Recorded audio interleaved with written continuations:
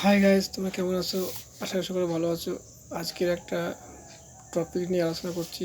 আবার একটা unseen passage তোমাদের সামনে তুলে ধরছি। আমি ইংলিশ থেকে বাংলায় অনুবাদ করব। তোমরা অবশ্যই প্রথম থেকে লাস্ট করে দেখো, কি স্কিপ করো না, স্কিপ করলে শিখতে পারবো না। এখানে অনেক অজানা ওয়ার্ড আছে এবং সেন্টেন্সগুলো একটু কায়দা করে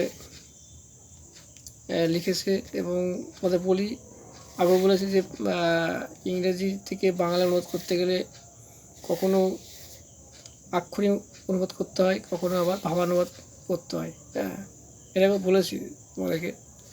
তো যাক, তোমরা দেখো, বেশি আর কথা বললাম না।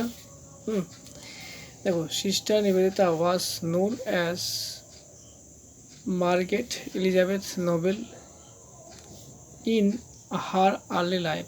মানে প্রথম দিকে সিস্টার নিবেদিতার নাম ছিল মার্গারেট এলিজাবেথ নোবেল। দেখো, she was born in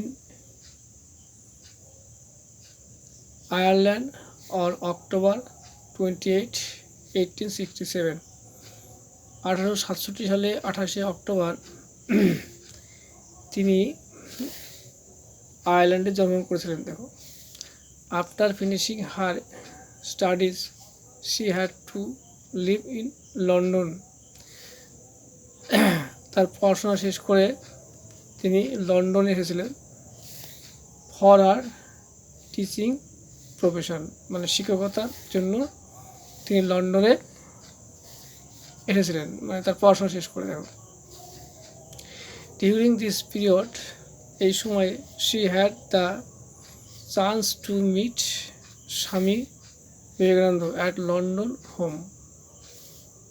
আচ্ছা, সেই সময় তার একটা সুযোগ আসলো যে স্বামী বিবেকানন্দের সাথে সাক্ষাৎ হওয়ার। সে কোথায়? লন্ডন হোমে। দেখো, she liked his religious teaching and looked him as her guru। তিনি স্বামী বিবেকানন্দের যে ধর্ম যে প্রচার করছেন, সেই ধর্ম তার খুব ভালো লাগলো এবং তাকে গুরু হিসেবে মেনে নিল। দেখো, she came to India for upliftment of Indian women। তিনি ভারতে চলে আসলেন কারণ কি? ভারতীয় যে মহিলাদের উন্নতি সাধনের জন্য। দেখো, she was named Nivedita for her service. তারপর তাকে নিবেদিতা হিসেবে অভিহিত করা হলো বা তার নাম দেওয়া হলো তার কাজের জন্য। দেখ, ভিডিওটা কেমন লাগলো? আশা করি অনেকেরই ভালো লাগবে। এটা অনেকেরই জানা আছে, তবু আমি এটাকে বাংলায় অনুবাদ করলাম। ভিডিওটা ভালো লাগে লাইক শেয়ার কমেন্ট করো। আর কি বলবো, এখানে রাখছি।